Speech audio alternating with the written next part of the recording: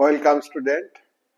আজকে আমি আলোচনা করব 1992 সালে 73তম সংবিধান সংশোধন আইন অনুযায়ী পঞ্চায়েতি রাজের প্রথম স্তর গ্রাম পঞ্চায়েতের কার্যাবলী সম্পর্কে। পঞ্চায়েতি রাজের উপর আমার এর আগে ভিডিও দিয়েছি, তোমরা দেখছো।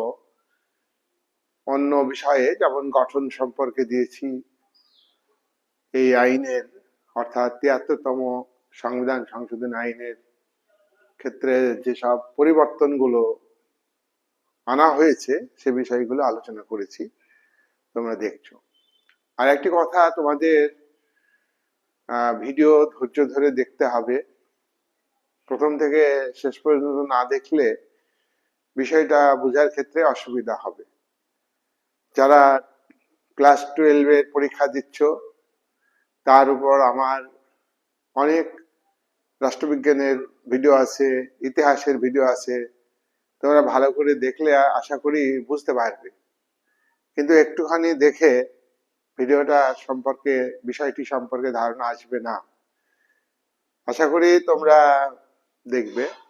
যাই হোক, আমি ভিডিও বানাচ্ছি তোমাদের উপকারে লাগবে বলে। তোমরা না দেখলেও আমি ভিডিও বানাবো, এটা আমার একটা আদর্শ। যাই হোক, তোমরা দেখলে ভালো লাগবে। তোমরা ভিডিওর বিষয়বস্তু দেখে টেক্সট বই পড়বে, অ্যান্সার দিতে পারবে। আজকের ভিডিওর আলোচনা হলো গ্রাম পঞ্চায়েতের কার্যাবলী। এটা 1992 সালের 73তম সংবিধান সংশোধন আইন অনুযায়ী। আমরা জানি যে পশ্চিমবঙ্গে 1978 সালে পশ্চিমবাংলার বিধানসভার 1973-এর নতুন পঞ্চায়েত আইন অনুযায়ী গঠিত হয়েছে এবং তার কার্যাবলী সম্পর্কে তোমরা জানো। তো 73তম সংবিধান সংশোধন আইনে গ্রাম পঞ্চায়েতগুলি যেসব কাজ করে সেগুলো কিন্তু এই 73 আইন অনুযায়ী যে কাজগুলো তোমরা জানো, তার সঙ্গে 73তম সংবিধান সংশোধন আইন অর্থাৎ 92 সালের আইনের কাজের মিল আছে। 1992-এর 73তম সংবিধান সংশোধন আইন অনুযায়ী ভারতবর্ষের বিভিন্ন রাজ্যে পঞ্চায়েতি রাজের প্রথম স্তর গ্রাম পঞ্চায়েতের কার্যাবলী সম্পর্কে আলোচনা করব। একটা কথা মনে রাখতে হবে, এই আইনে বলা আছে যে প্রত্যেকটা রাজ্য সরকার আইন পাশ করে তার রাজ্যে পঞ্চায়েতি রাজ গঠন করবে, করতেই হবে এরকম বক্তব্য, এবং এই আইন অনুযায়ী পঞ্চায়েত গঠিত হবে এবং তার কাজ চলবে। আজকের ভিডিওর আলোচনা হচ্ছে গ্রাম পঞ্চায়েতের কার্যাবলী। গ্রাম পঞ্চায়েতের কার্যাবলী মানে এটা যদি ধরে নাও যে এটা পঞ্চায়েতি ব্যবস্থার কার্যাবলী, তাহলে ভুল হবে। হ্যাঁ, কিছু কাজ আছে, কমন কাজ পঞ্চায়েতের 3টে স্তরেই করা হয়, করে পঞ্চায়েতের 3টে স্তর। 3টে স্তর কি? গ্রাম পঞ্চায়েত প্রথম স্তর, দ্বিতীয় স্তর পঞ্চায়েত সমিতি, আর তৃতীয় স্তর হলো জেলা পরিষদ। আমরা প্রথম স্তরের কাজগুলো নিয়ে পয়েন্ট আকারে আলোচনা করব। আমি বোর্ডে পয়েন্টগুলো উল্লেখ করেছি, তোমরা ভিডিও চালিয়ে খাতায় লিখে নেবে। 1 নম্বর কাজ হচ্ছে প্রশাসনিক কাজ বা কার্যাবলী। প্রশাসনিক কাজ কি গ্রাম পঞ্চায়েতের?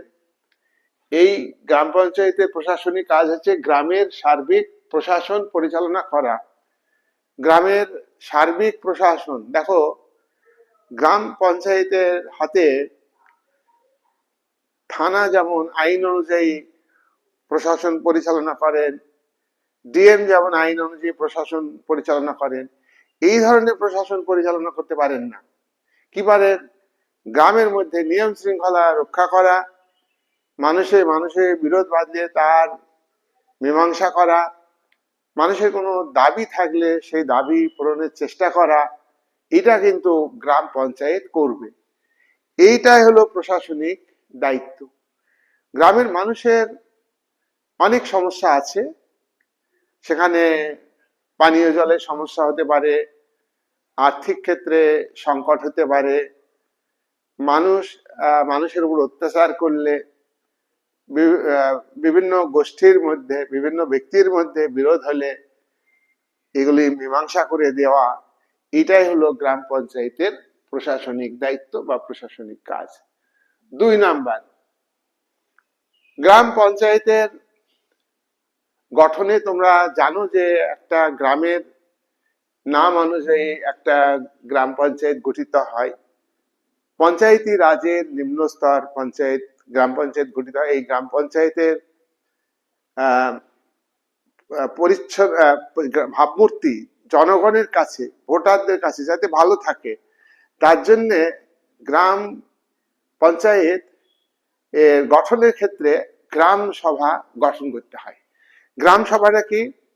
প্রতি বছরে তোমার ডিসেম্বর মাসে গ্রাম পঞ্চায়েত কি কি কাজ করেছে, সারা বছরে গ্রাম পঞ্চায়েতের কত টাকা আয় হয়েছে, কত টাকা ব্যয় হয়েছে, কিভাবে ব্যয় হয়েছে, এ ব্যাপারে একটা গ্রাম পঞ্চায়েতের যত ভোটার আছে তাদের নিয়ে এই সভাটা ডাকা হয়।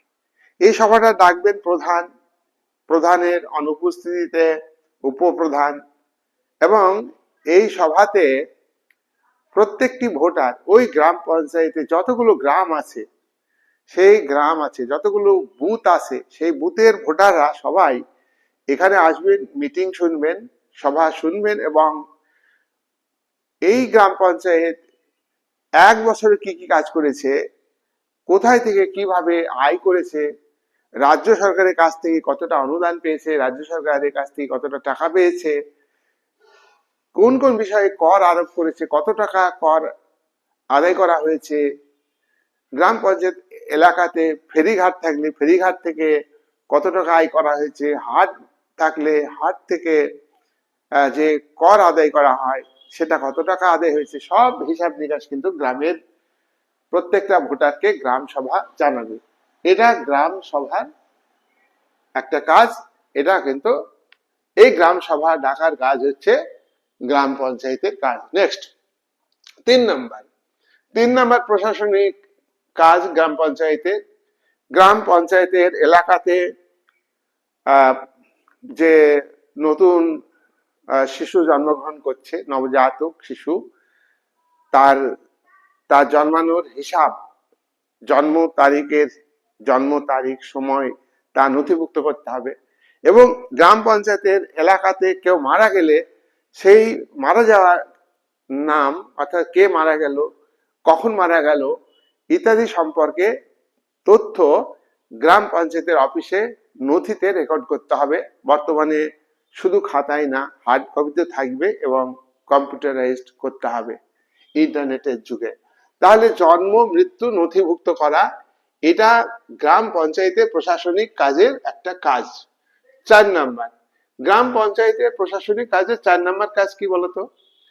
এটা হলো গ্রাম পঞ্চায়েতে সরকারি আদেশ পালন করবে। গ্রাম পঞ্চায়েত, প্রত্যেকটা গ্রাম পঞ্চায়েত ভারতবর্ষের প্রত্যেকটা রাজ্যের প্রত্যেকটা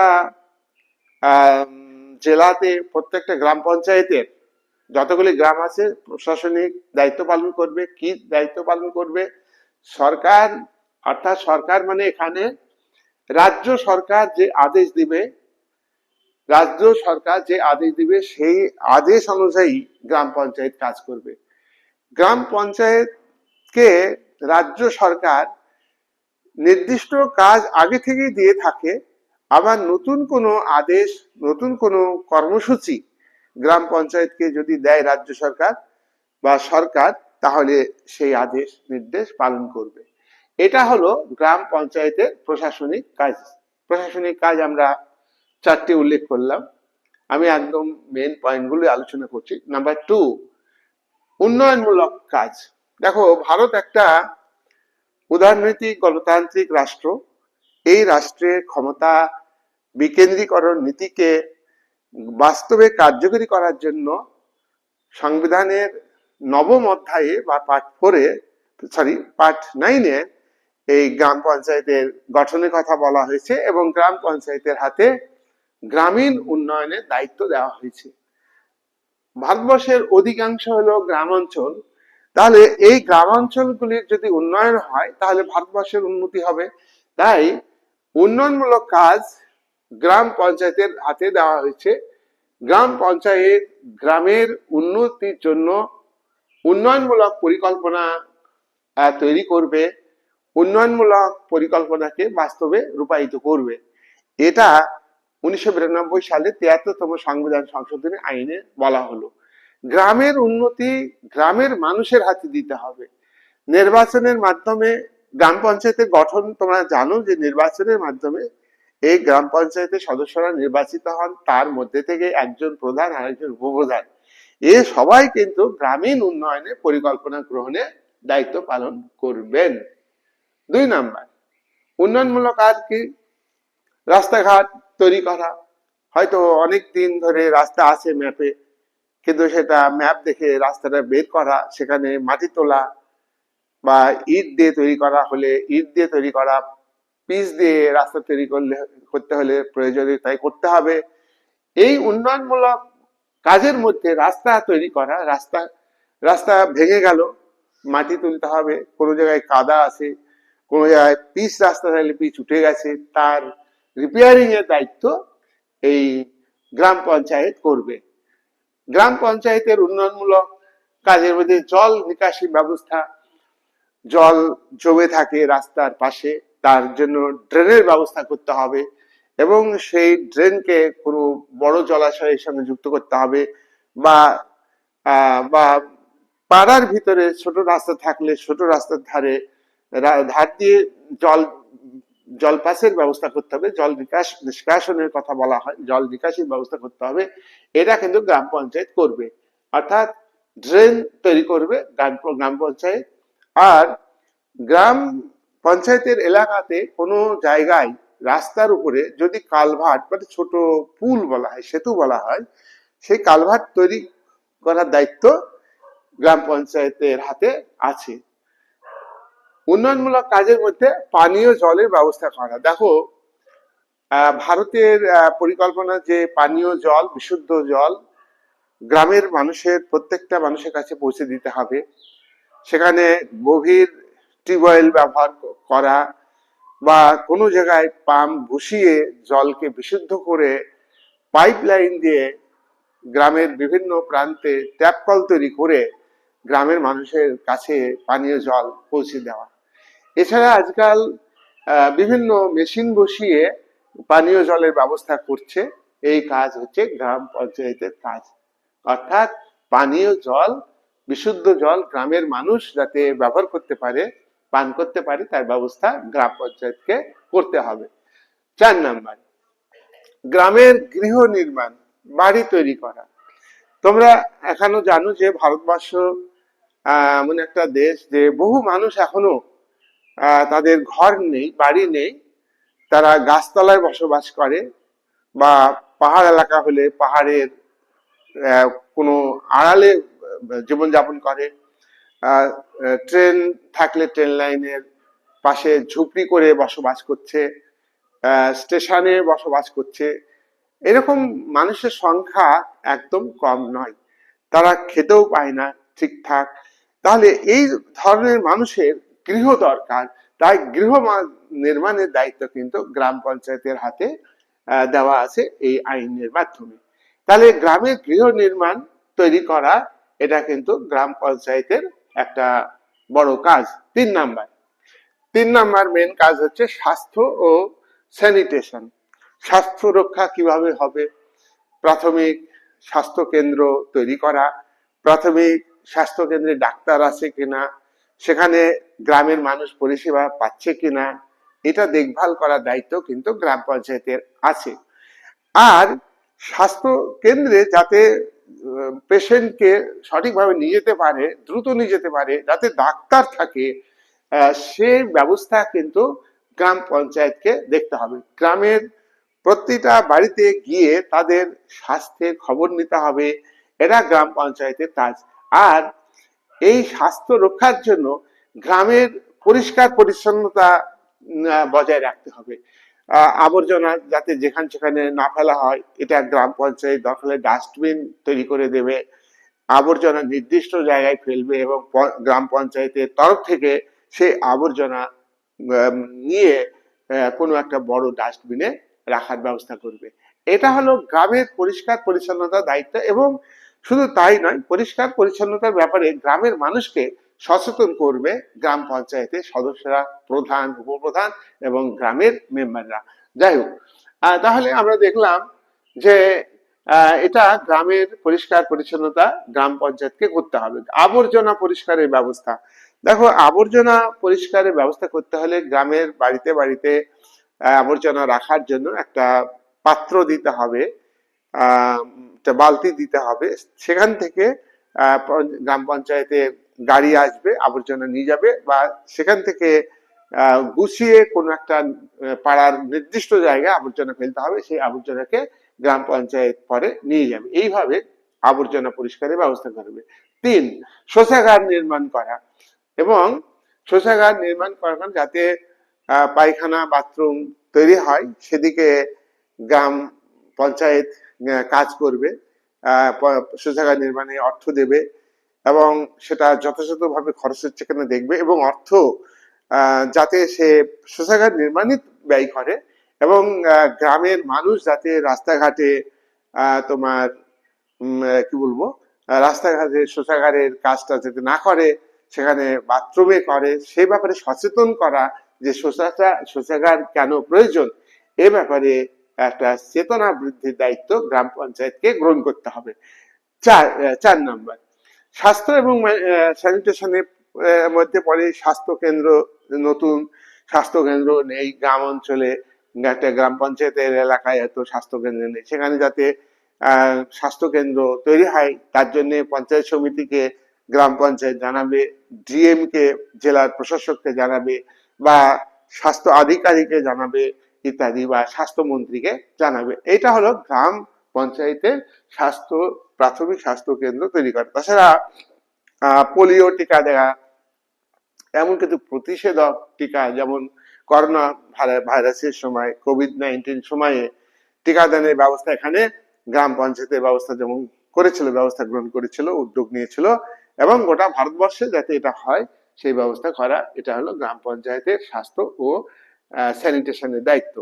4 নম্বর, শিক্ষা এবং সামাজিক উন্নয়ন, এটা 4 নম্বর কাজ গ্রাম পঞ্চায়েতে। এই নতুন 1992 সালে 73তম সংবিধান সংশোধন আইনে বলা হলো। দেখো, শিক্ষা ছাড়া মানে মানুষের চেতনা আসে না, শিক্ষা জাতির মেরুদণ্ড, এ কথা আমরা জানি। তো গ্রামের মানুষ অজ্ঞ, তারা শিক্ষা থেকে দূরে আছে, নিরক্ষর, তাদের মধ্যে শিক্ষার সম্প্রসারণ ঘটাতে হবে। সার্বজনীন যে শিক্ষা, সেটা গ্রাম পঞ্চায়েতকে দায়িত্ব দিতে হবে, গ্রামের মানুষের দায়িত্ব তাদেরকে দিতে হবে। নারী কল্যাণ, নারী কল্যাণ, এবার শিক্ষা বিস্তারের জন্য পড়ুয়ারা, গ্রামের পড়ুয়ারা যাতে বিদ্যালয়ে যায়, প্রাথমিক বিদ্যালয়ে যায়, তার ব্যবস্থা গ্রাম পঞ্চায়েত করবে এবং দেখবে যে যাচ্ছে কিনা। এখানে মিড ডে মিল চালু আছে, এবং মিড ডে মিল সঠিকভাবে হচ্ছে কিনা সেটা কিন্তু গ্রাম পঞ্চায়েতকে দায়িত্ব নিতে হবে। প্রাথমিক বিদ্যালয়গুলিকে সঠিকভাবে পরিচালনার ক্ষেত্রে নজর রাখবে গ্রাম পঞ্চায়েত।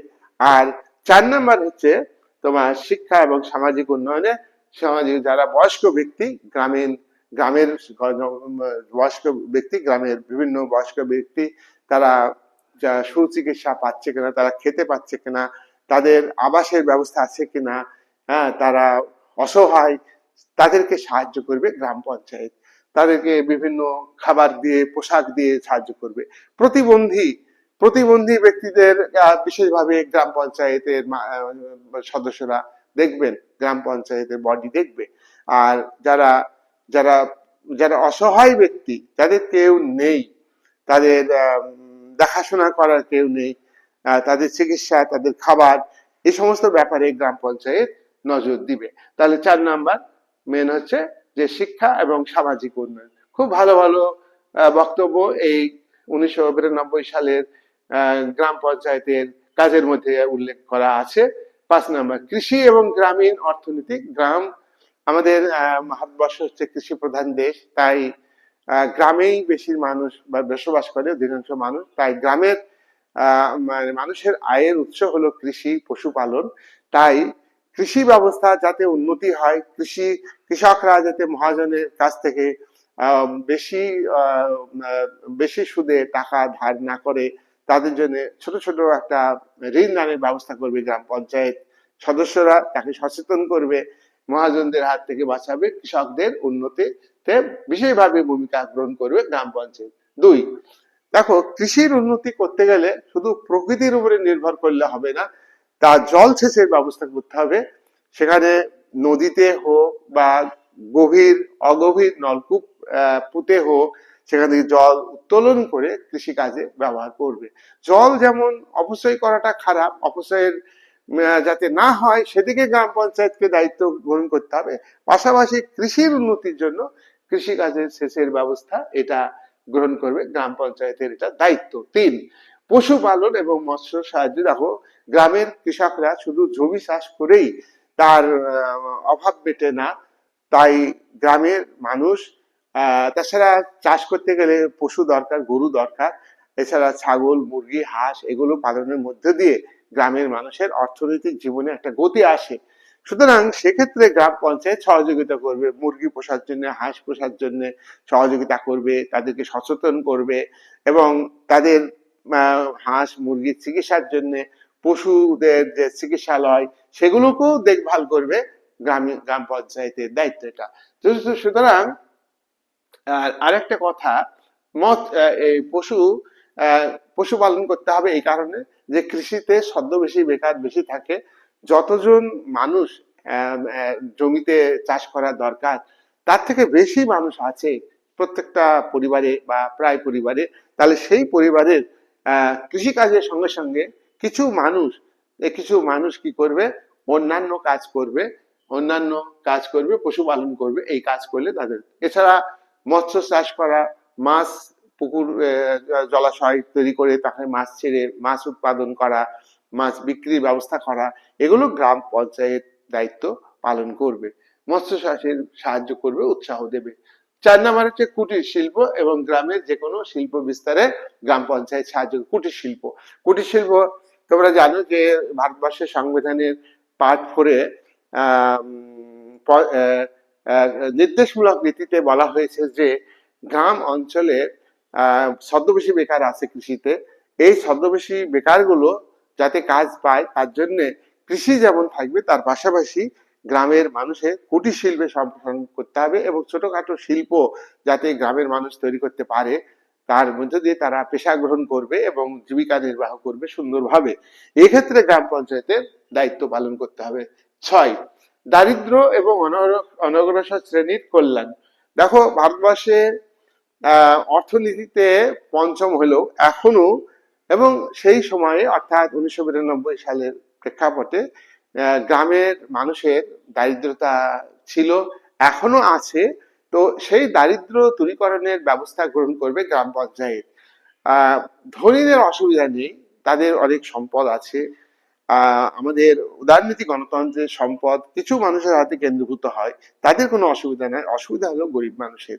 এই গরিব মানুষ যাতে তাদের আয় উপার্জন করতে পারে সেক্ষেত্রে গ্রাম পঞ্চায়েত দেখাশোনা করবে এবং সে তাকে পরামর্শ দেবে, তার পাশে দাঁড়াবে।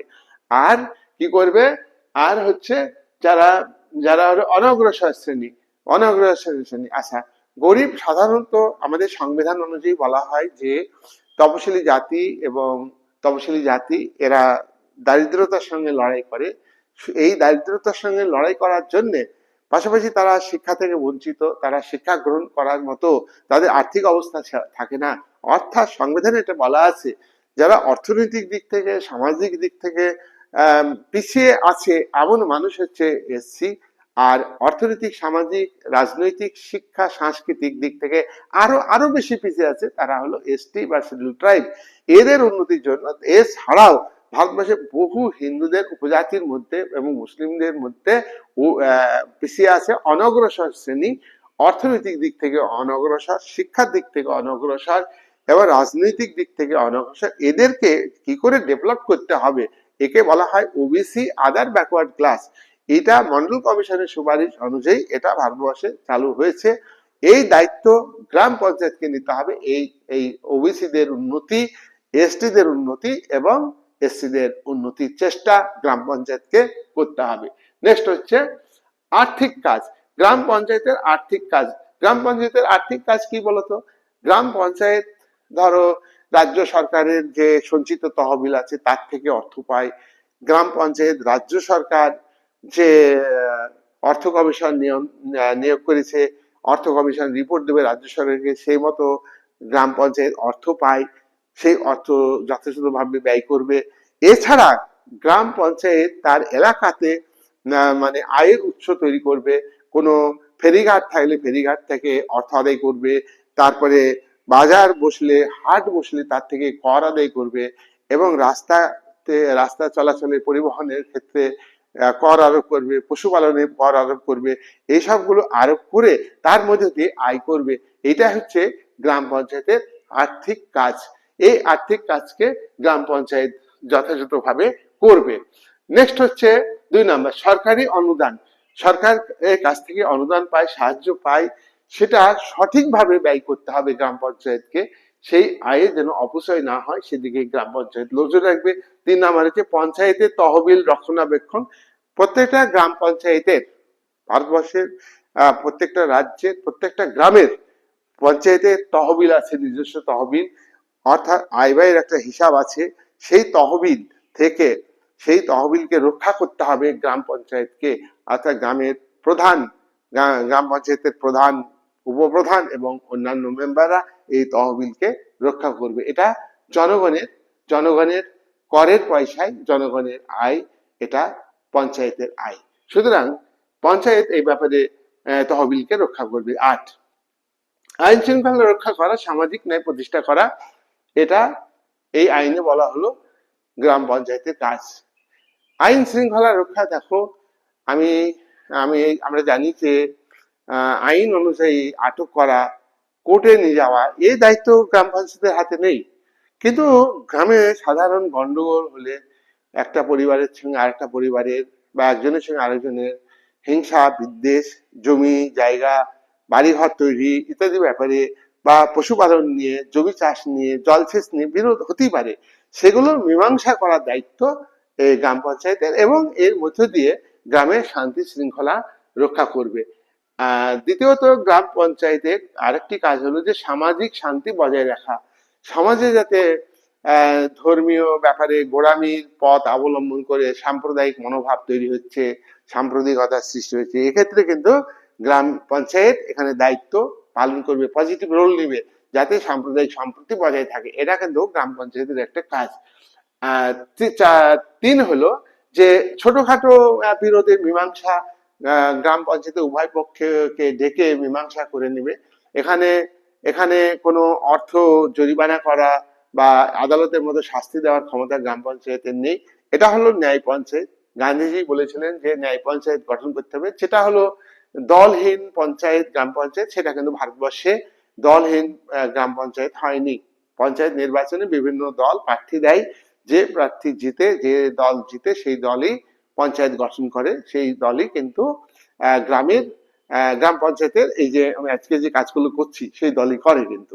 ঠিক আছে, কিন্তু দল আর পঞ্চায়েত একটা আলাদা জিনিস। এবার মূল্যায়ন করব। দেখো গ্রাম পঞ্চায়েতের যে কাজগুলো অত্যন্ত গুরুত্বপূর্ণ কাজ। এখানে গ্রাস রুটে, অর্থাৎ সাধারণ মানুষের কাজ, সাধারণ গরিব মানুষের কাজ।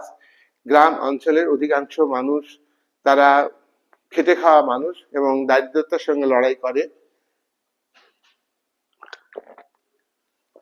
তাই গ্রামীণ অঞ্চল দিয়ে যে ট্রেন যায় স্টেশনে, দুস্থ মানুষ শুয়ে থাকে, তারা খাবারও পায় না, পোশাকও পায় না, এবং গ্রামের বহু মানুষ তারা আয় উপার্জন করতে পারে না।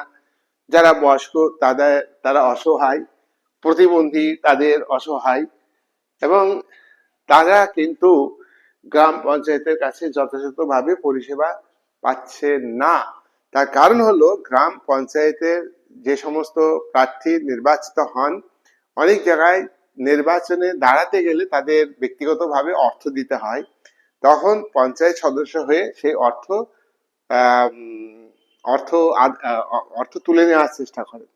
তা পঞ্চায়েত একটা রাজনীতি একটা ব্যবসার জায়গায় গিয়ে পৌঁছেছে। তাই পঞ্চায়েতে যেহেতু দলহীন গণতন্ত্র, তৃণমূল স্তরে যে গণতন্ত্র সেটা কিন্তু প্রতিষ্ঠিত হয়নি। আজকে গ্রাম পঞ্চায়েতে যে ব্যবস্থা পশ্চিমবঙ্গে প্রথম চালু হয়, এখানে গ্রামীণ মহাজনদের হাত থেকে প্রথমে, জমিদার জোরদারদের হাত থেকে গ্রামের সাধারণ মানুষ কিন্তু রেহাই পেয়েছিল। কিন্তু সাম্প্রতিক কালে পঞ্চায়েতে যারা যাচ্ছেন, ক্ষমতায় যাচ্ছেন, তারা প্রভাবশালী, তারা অর্থবান, ধনী, তারা পঞ্চায়েতের টিকিট পাওয়ার ক্ষেত্রে অর্থ দিতে পারে, তারা নির্বাচিত হচ্ছেন। সুতরাং প্রধান উপপ্রধানের পদ বিক্রি হচ্ছে।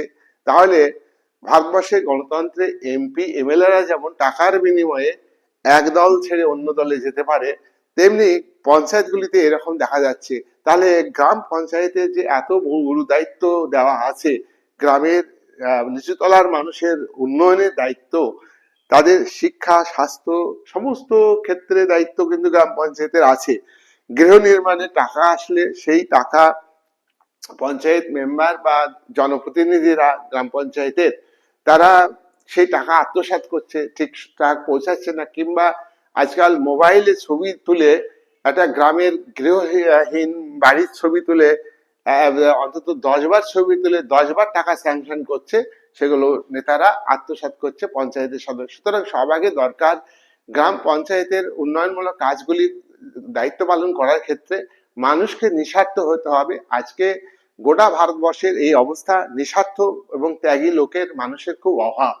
সুতরাং মানসিক জগতের পরিবর্তন যদি আসে, তবেই 1992 সালের গ্রাম পঞ্চায়েতের আইনের সংশোধনের মধ্য দিয়ে গ্রামের মানুষের উন্নতির জন্য যেসব কর্মসূচি ঘোষণা করা হয়েছে আইনে, সেগুলিকে বাস্তবে রূপায়িত করা করা সম্ভব।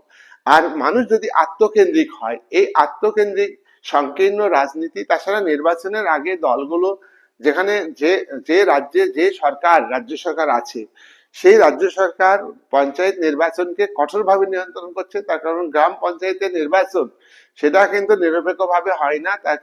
তার কারণ রাজ্য নির্বাচন কমিশনার নিযুক্ত হয় রাজ্যের রাজ্যপালের দ্বারা। এখানে রাজ্য সরকারের ইয়ে থাকে এবং রাজ্য সরকার যে নির্বাচন পরিচালনা করে সেটা রাজ্য সরকারের কর্মচারীরা, এবং রাজ্য সরকারের কর্মচারীরা নির্বাচন কমিশনের কর্মচারী হিসাবে নিযুক্ত হলেও তারা কিন্তু রাজ্য সরকার দ্বারা নিয়ন্ত্রিত হচ্ছে। তাই নিরপেক্ষ ভোট ব্যবস্থা ভারতবর্ষের পঞ্চায়েতগুলিতে হচ্ছে না। তাই পঞ্চায়েতগুলো দুর্নীতির আখড়া, পঞ্চায়েতগুলো স্বজন পোষণের আখড়া, পঞ্চায়েতগুলো আত্মসাৎ করবার একটা জায়গা, বাড়ি গাড়ি করে নেওয়ার একটা জায়গা পঞ্চায়েতগুলো এইভাবে চলছে। তাই গ্রামের মানুষ যে তিমিরে ছিল সেই তিমিরেই আছে।